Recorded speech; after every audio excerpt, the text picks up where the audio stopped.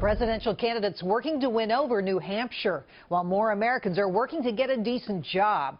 Hi, everyone. I'm Jerry Willis in for Brenda Butner, and this is Bulls and Bears. The economy adding only 151,000 jobs last month, even though the jobless rate ticked down. But it's the quality of the jobs added that's got some folks worried. So which one of these 2016 hopefuls has the best plan to do the job? The Bulls and Bears this week: Gary B. Smith, Jonas Max Ferris, John Layfield, along with Susie Welch and Mark Hanna. Welcome all. John, that mixed bag on the January jobs report. Which party has the best plan to get the right kind of jobs back?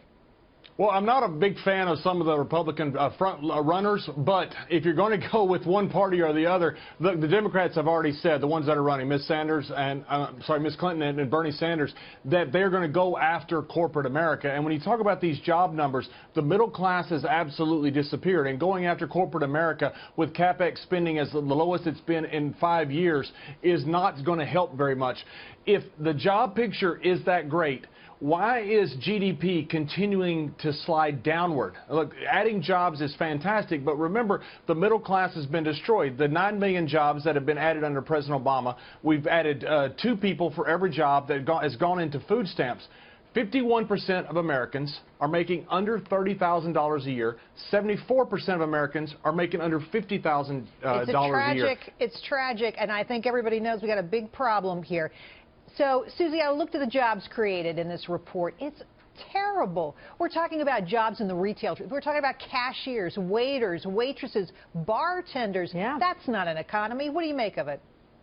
Now, look, I think, Jerry, I love this question because currently no candidate has claimed the jobs issue the way we really need one candidate to do it or one party to do it. The GOP, all those candidates are obsessed, rightfully, with Homeland Security, and the Democrats are fighting over who will punish Wall Street more severely, or as John says, who's going to punish corporate America more severely. And the irony is jobs are the answer to both parties' woes because jobs equal a strong, healthy America. Now, as of yet, there's no candidate who really, when you look at him or her, you say job growth. Now, let's just put the Democrats aside because as long as they're such regulation junkies, there will never be job growth with the kind of regulation that the Democrats love. At least the Republicans get that intuitively. You think maybe Trump knows the most about creating jobs as he's the only candidate who's done so, besides Carly, who's also destroyed them. And senators generally don't have a clue about job creation, and that leaves the governors. So, I mean, right now, somebody needs to fill this vacuum.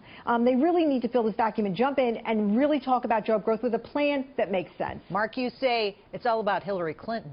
Oh, yeah. Look, the Republican Party is philosophically opposed to the government getting involved in the economy. They want to deregulate. They want to pull back. So, there are some goofy proposals that are being put forward about abolishing the IRS, and they're wildly popular, of course.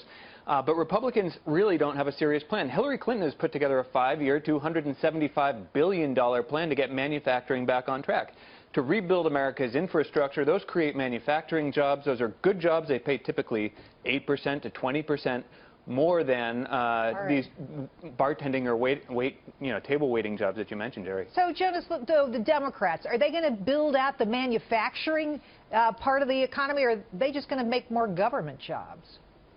Yeah, you can't magically build out manufacturing with government policy. Look, I should do, on the Democrat side, I'm going to disagree. I would say Bernie, because Bernie Sanders wants to transition to a European-style economy with a lot of single payers, a lot of free health. Look, if you offer free education to everybody, you're going to create jobs.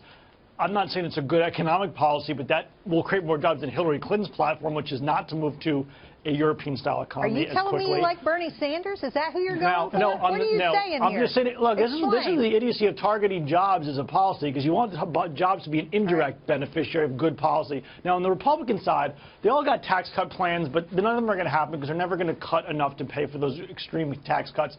But I still have to go with Trump, because Trump wants to build a giant wall. That is FDR straight up. If you don't think that's not going to create hundreds of thousands of construction jobs and the sheer amount of work that is going to be, so that alone puts him ahead of all the other tax cut guys on the side. Let's bring in Gary B. here, because I'm relying on you to say something super intelligent here. Wow. The pressure's really on now. Okay, a couple points in review. Mark said that the Republicans had no serious plan. My gosh, all you needed to go to is tedcruz.org, Marco Rubio's website. There's plenty of plans to grow the economy. Mark seems to think, the left seems to think that growing the government is a good idea. Look, I'm not, honestly, Terry, that bright to go, to go through all these plans and dissect them. Just reading through Ted Cruz's tax plan was mind-boggling. I went to the Tax Foundation. They ran through all the plans and all the economic numbers. On the left side, they looked at a number of different factors. 10-year GDP growth for every Republican candidate was positive. For both Sanders and Clinton, it was negative. Same with job growth. Negative under anyone on the left, positive under anyone on the right. Wage growth, negative under both Sanders and Clinton. So look, the Tax Foundation, all they're interested in is what is going to be the effect of their economic policy on the economy, on jobs, on wages and things like that. It's decidedly skewed toward the Republicans. If you have some kind of faith that the government's going to do it, it just doesn't add up to what the numbers say. Come on. It's just all you have to do is look at the last several administrations to wonder under which public policies do jobs and does the economy do better. Clinton is practically synonymous we've had the as a word worst economic rebound from recession that we've ever had. How can you say that's a good policy? It's anemic. We were hemorrhaging 800,000 jobs a month when Barack Obama took office, and in a year he steered the economy back to job growth, month by month for the remaining 6 years. And after we got through the bump of $800 billion of stimulus that was taken out of our pockets, what's the job growth been there? It's been terrible. The economy is sinking now. Somebody just said 9 million jobs were created under Obama. That's not chump change. Well, I got to tell you, we've had GDP growth below 3%. Every single year that Obama has been in office. Growth has been non-existent. And even the president had to admit in a press conference this week that, people just are not convinced. He thinks it's a great economy. Nobody else does. John, to you, what has to be done? What should one of these Republican or Democratic candidates do? What should they propose to grow jobs? People desperately need to see better median incomes. We haven't had grown-ups in D.C. in many years. This goes way back before President Obama, believe me. Look, the Small Business Fairness Act put together in the mid-'90s by President Clinton, who also, when you talk about deregulation, President Clinton was the one who spurred the economy through deregulation. That helped. That Small Business Fairness Act helped because the right and the left actually worked together. And when we talk about jobs, it's not fair to just cherry-pick numbers like that. 40 million jobs were created between 1980 and 2000, between Reagan, Bush, and Clinton. You've had 9 million jobs created under President Obama. There is absolutely no comparison right here. And by the way, remember, those jobs that have been created, GDP is trending at about 2.4% under President Obama the last 5 years. That is way under the 3.1% average. Susie, I want to ask you quickly before we go here. John is saying, hey, we need everybody to get together, kumbaya, left, right, Democrats, Republicans. How likely is that? One thing that I would like to hear is everybody get together and say, guess what? We love business. Business is the stuff that we got to get behind. And what you have right now is regulation. You've got people fighting business. The jobs are going to come when we have an administration that understands that the business of America is business.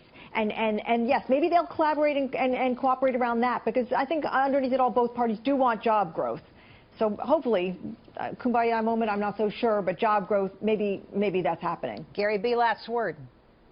Well, right now, and to Mark's point, we've had too much faith in government. And to your point, Jerry, what has it really gotten us? It's got us the worst economy, the worst comeback from a recession in the history of the United States. I think that says it all. I think it says it all, too. Thanks, guys.